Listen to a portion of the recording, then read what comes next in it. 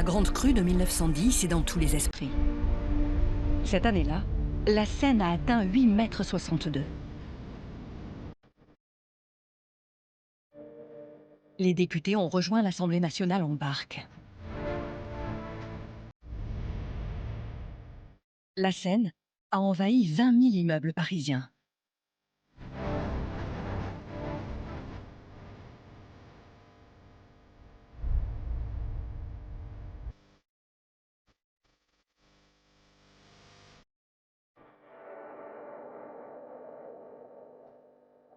Le Louvre, à l'époque, ne possède pas de réserve enterrée. Et grâce à une digue de fortune, il a miraculeusement résisté à la Seine. Quelques années plus tard, en 1966, à Florence, le musée des Offices aura moins de chance. 8000 toiles, entreposées dans les réserves en sous-sol, sont rongées par les bouts de l'Arnaud.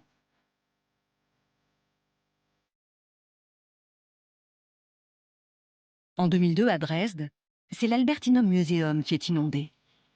De précieux moulages sont conservés dans les réserves inondables.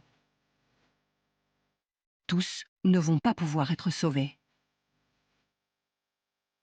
Deux catastrophes qui, au Louvre ce 3 juin 2016, font craindre le pire.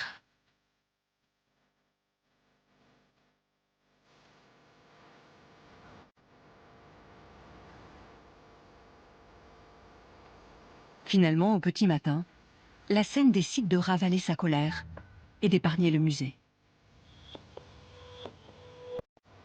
En 72 heures, toutes les réserves n'ont pu être évacuées. Des dizaines de milliers d'œuvres ont failli être ruinées.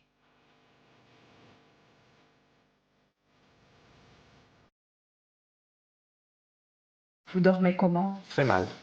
Faut être honnête, hein, donc après c'est une sacrée responsabilité, alors ça c'est la mienne, hein, donc fondamentalement j'ai eu à prendre une décision difficile hein, pour le musée, qui est l'externalisation de nos réserves.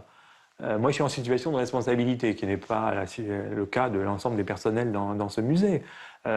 Si avec mon prédécesseur Henri Loiret, du temps de mon prédécesseur, et ensuite quand j'ai pris mes fonctions, j'ai pris la décision et nous avons pris la décision collective d'externaliser nos réserves, c'est parce que nous savons, voilà, que nous ne pouvons pas sauver toutes les collections qui sont conservées dans les réserves inondables. Bon, quand vous savez ça, ben, voilà, vous êtes obligé de choisir entre deux risques. Bon, donc voilà, donc j'ai très mal dormi pendant 2 mois.